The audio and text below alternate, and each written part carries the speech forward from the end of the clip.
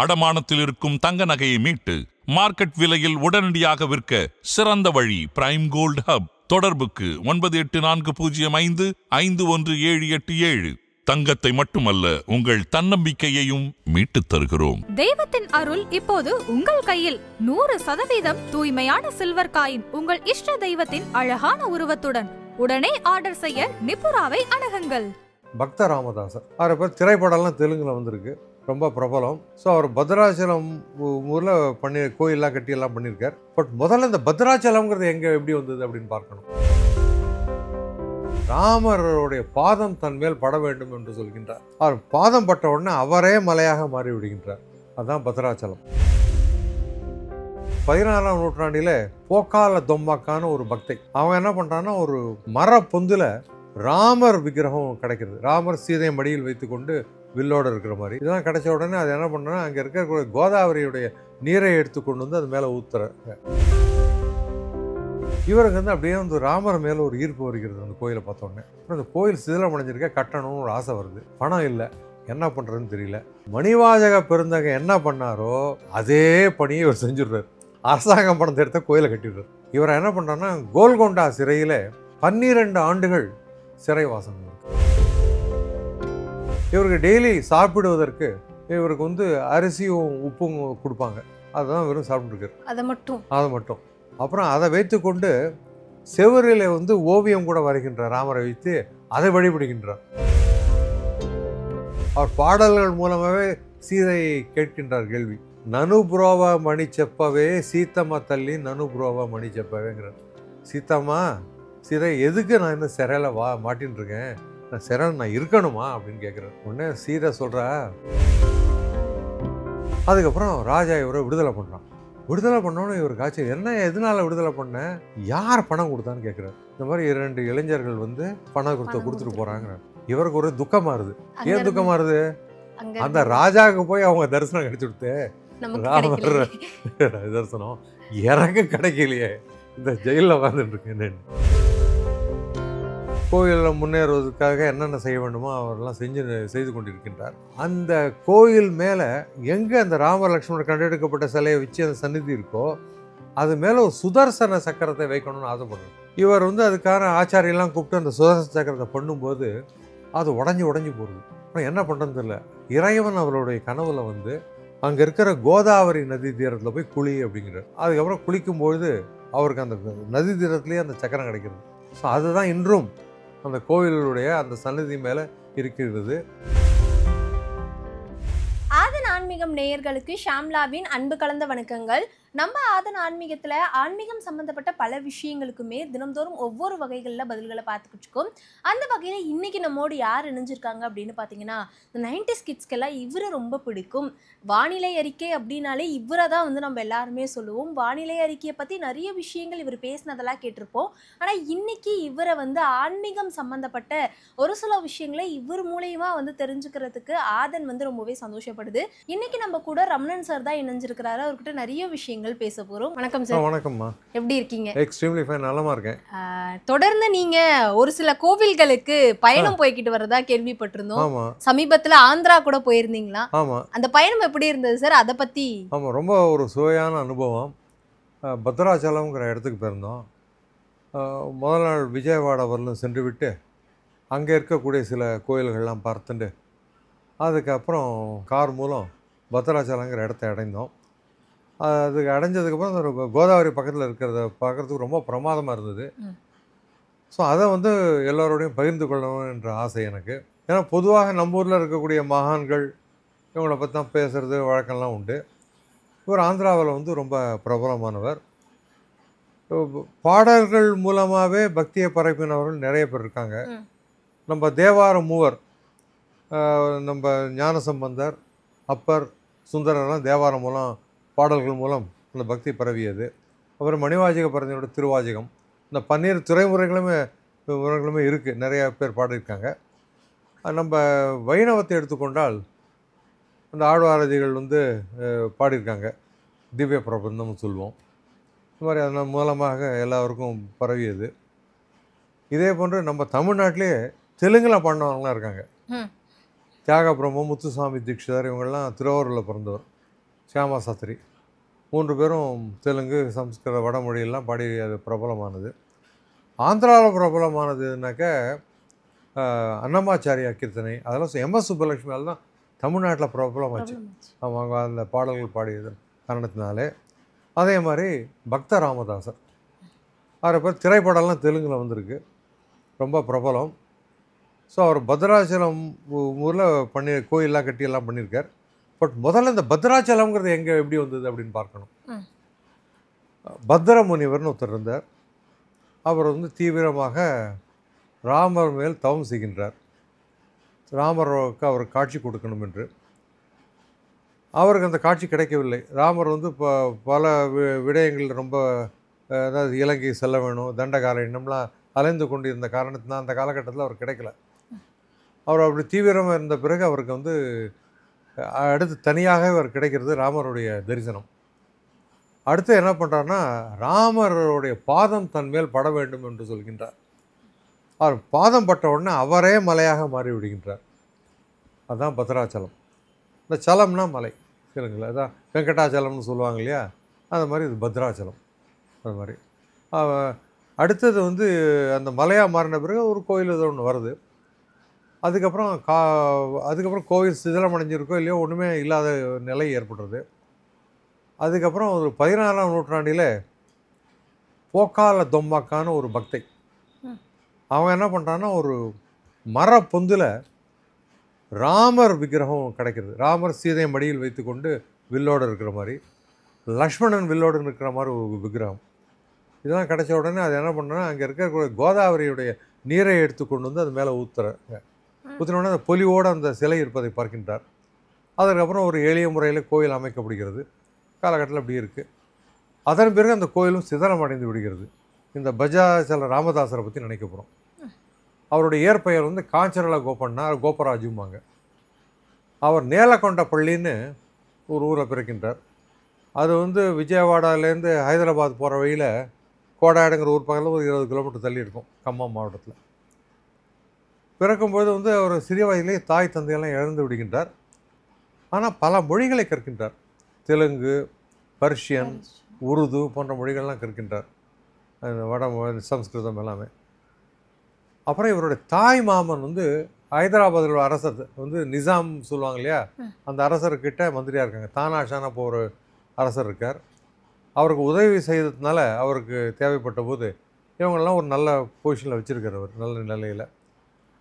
So அவர் வந்து அவருக்கு அருகில் இருந்த காரணத்தினால இவர் தாய் மாமனை பார்க்கும்போது சகோதரியுடைய மகன் இவருக்கு எதனா வேலை போட்டு கொடுக்குங்கிறார். அப்பொழுது ராஜா என்ன பண்ணுறாருன்னா, பத்ராச்சலம்னு ஒரு ஊர் இருக்குது, அங்கே போய் வரி வசூலிக்கிறதுக்கான வேலையை செய்யட்டும்னு இவர் அனுப்பிச்சிருங்க அப்படிங்கிறாங்க. இவரும் என்ன பண்ணுறாருன்னா, சரி வரி வசூல் வேலைன்னு சொல்லி அங்கே போய்ட்றார். இவருக்கு வந்து அப்படியே வந்து ராமர் மேலே ஒரு ஈர்ப்பு வருகிறது அந்த கோயிலை பார்த்தோன்னே. அப்புறம் அந்த கோயில் சிதிலம் அடைஞ்சிருக்க, கட்டணும்னு ஒரு ஆசை வருது. பணம் இல்லை, என்ன பண்ணுறதுன்னு தெரியல. மணிவாசக பெருந்தகை என்ன பண்ணாரோ அதே பணியை இவர் செஞ்சுடுறார். அரசாங்கம் பணத்தை எடுத்த கோயிலை கட்டிடுறார். அதன் காரணத்தினால என்ன பண்ணுறான், அப்போ மதுரை எம்பதியில் ராஜா இவரை வந்து ஜெயிலில் போட்டுருவான் மணிவாசக பெருந்தகை. அதே நிலை தான் இவருக்கு ஏற்படுறது. இவரை என்ன பண்ணுறான்னா, கோல்கொண்டா சிறையில் 12 ஆண்டுகள் சிறைவாசம் இவருக்கு. இவருக்கு டெய்லி சாப்பிடுவதற்கு இவருக்கு வந்து அரிசியும் உப்பும் கொடுப்பாங்க. அதுதான் வெறும் சாப்பிட்டுருக்கார். அதை மட்டும் அவர் சமைத்து கொடுக்க வேணுமான்னு கேட்குறா, வேண்டாம் வேண்டாம் அப்படியே வெறுமனை கொடுங்கன்றார். அப்புறம் அதை வைத்து கொண்டு செவரில் வந்து ஓவியம் கூட வரைகின்றார். ராமரை வைத்து அதை வழிபடுகின்றார். அந்த மாதிரி ஒரு கஷ்டம். அதுக்கப்புறம் அவர் பாடல்கள் மூலமாகவே சீதை கேட்கின்றார் கேள்வி. நனுபுரோவ மணி செப்பவே சீத்தம்மா தள்ளி நனுபுரோவ மணி செப்பவேங்கிறார். சீத்தம்மா, சீதை எதுக்கு நான் இன்னும் சிறையில் மாட்டின்னு இருக்கேன், நான் சிறையில் நான் இருக்கணுமா அப்படின்னு கேட்குறார். உடனே சீதை சொல்கிறா, முன் ஜென்மத்தில் ஒரு கிளிய கூண்டில் அடைச்சி வச்சுருந்த, அதனுடைய கர்ம வினை இன்று நீ வந்து இந்த ஜெயிலில் இருக்க வேண்டிய நிலை ஏற்பட்டிருக்கு அப்படிங்கிற. இப்போ வந்து ஜெயிலேருந்து விடுபடணும். இவருடைய தாய்மாமன்லாம் நான் பணம் கொடுக்குறோம் நீ செலவு பண்ணதுக்கு, அதனால உன்னை விடுவிச்சா நல்லா இருக்குன்னு சொல்கிறார். அதெல்லாம் வேண்டாம், ராமர் பார்த்துப்பா, நீ ஏன் கவலைப்படுறேங்கிற.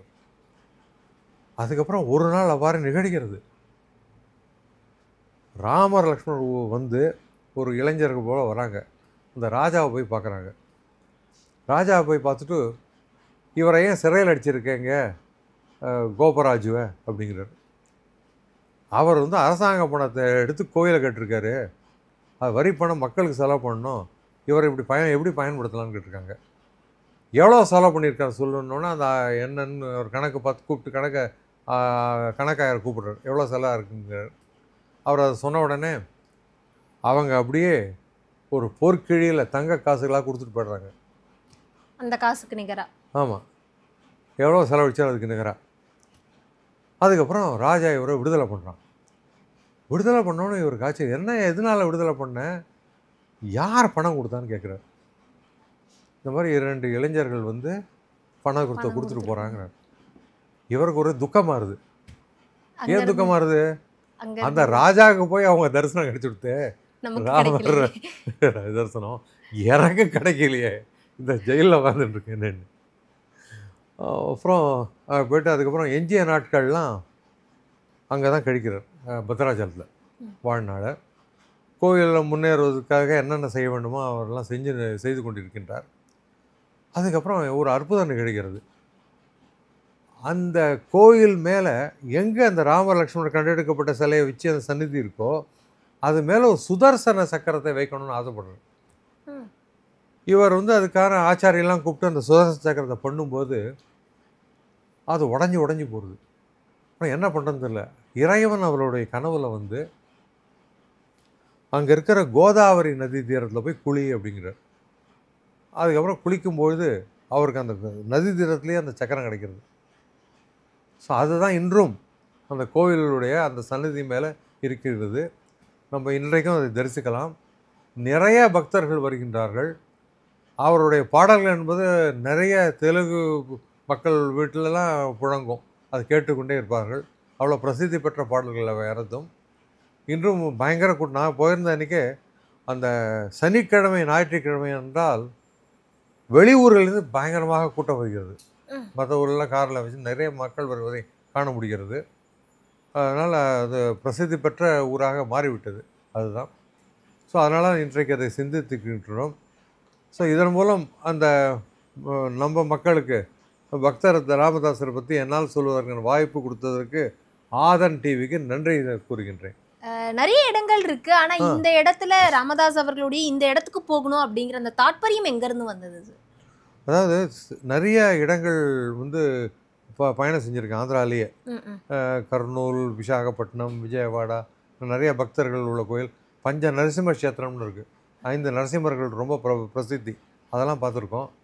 பட் இதுக்கு போகணுங்கும்போது அந்த நம்ம செல்லக்கூடிய பாதையிலே இல்லை, வேறு ஒரு இடத்துல இருந்தது.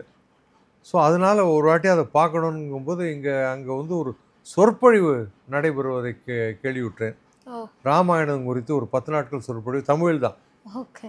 ஸோ அந்த தமிழில் ஒரு சொற்பொழிவு இருக்குது ராமாயணத்தை பற்றிங்கும்போது அந்த வாய்ப்பை பயன்படுத்தி கொண்டு அங்கே செல்வதற்கான வாய்ப்பு கிடைச்சிது. அங்கே தங்கியிருந்தேன். அவர்களே நல்ல தங்கிறதுக்கான இடங்கள்லாம் வசதியெல்லாம் கொடுத்துட்டாங்க. ஆனால் அங்கே உள்ளூர் மக்களை பொறுத்தவரை நிறைய கதைகள் இருக்குது. எப்படின்னாக்கா பொதுவாக ராமாயணத்தில் நிகழக்கூடிய நிகழ்வுகள்லாம் எடுத்துட்டிங்கன்னா அயோத்தியில் ராமர் இருந்தான்னு வரும். அப்புறம் காடு என்பது தண்டகாரண்யம்.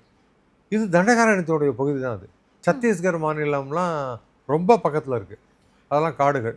அங்கே தான் ராமர் தண்டகாரண்யத்தில் இருந்தார். அடுத்தது வந்து இந்த சூர்பறை, மூக்கறுது, அந்த மாதிரிலாம் ஒரு இல்லையா, ராவணன் கவர்ந்து சென்றதெல்லாம் சொல்லுவியா, அதெல்லாம் நாசிக் கிட்ட நடந்ததாக வால்மீகி ராமாயணத்துலாம் வரும்பாங்க. பட் அந்த ஊரில் இருக்கக்கூடிய மக்கள்லாம் இந்த இடத்தான் நடந்ததுங்கிறாங்க. ஸோ எப்படி இருந்தாலும் ஏதோ ஒரு கடவுளை பார்க்க அந்த நம்ம நினைத்து கொண்டு அவர்கள் அதுக்கான அமைப்பெல்லாம் ஏற்படுத்தியிருக்காங்க. சீதை இருந்த குடில் மாறி போன்ற அமைப்பெல்லாம் அங்கே ஏற்படுத்தியிருக்காங்க. ஸோ அதையெல்லாம் கூட இந்த பேருந்தில் போய் அங்கே சென்று பார்க்கக்கூடிய வாய்ப்பெல்லாம் கிடைத்தது. அதற்கப்புறம் 10 நாளுக்கு பிறகு அந்த பயணம் முடிந்த பிறகு சென்னை திரும்பி விட்டேன். நீங்க அந்த இடத்துக்கு போகிறதுக்கு முன்னாடி அந்த இடத்த பத்தின ஒரு சில புரிதல் உங்களுக்கு இருந்திருக்கும். ஆனா அங்க போன பிறகு அந்த புரிதல் மாறுபட்ட தருணங்கள் அப்படிங்கிறது ஏதாவது இருக்கா சார்? அதாவது அந்த மக்களுடைய பக்தி வந்து வியக்க வைத்தது.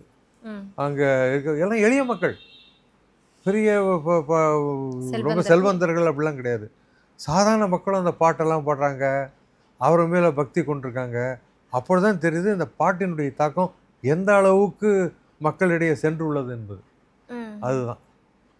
ஸோ அதெல்லாம் பார்க்க முடியுது. இப்போ அதே மாதிரி திருப்பதி வெங்கடாஜலபதி மேலே அன்னமய கீர்த்தனைன்னு சொல்லுவாங்க. அதில் அன்னமய பற்றி அது திரைப்படங்களோட வந்திருக்கு.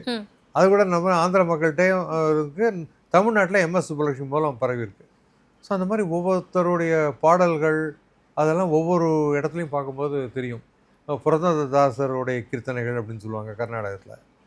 அதே மாதிரி இதில் மகாராஷ்டிராவில் வந்து பண்டரிபுரத்தில் உள்ள கடவுள் மீது, பண்டரிநாதன் மீது பாடிய பாடல்கள் நிறைய மகாராஷ்டிரா இதெல்லாம் கவிஞர்கள்லாம் பாடியிருக்காங்க.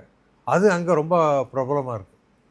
ஸோ இதெல்லாம் அந்தந்த பகுதியில் இதெல்லாம் பார்க்க முடிகிறது அங்கே பயணிக்கும் பொழுது. அதுதான் நீங்கள் சொன்ன மாதிரி அந்தந்த இடத்துக்கு போனாதான் அந்த விஷயங்களை வந்து அனுபவிக்க முடியும். நல்ல சந்தேகமே கிடையாது. கண்டிப்பா நிறைய விஷயங்களை சொல்லியிருந்தீங்க. நம்ம ஏற்கனவே பேசியிருந்தோம், சித்தர்களை பத்தியும் இனி தொடர்ந்து பேச போறோம் அப்படிங்கிறது.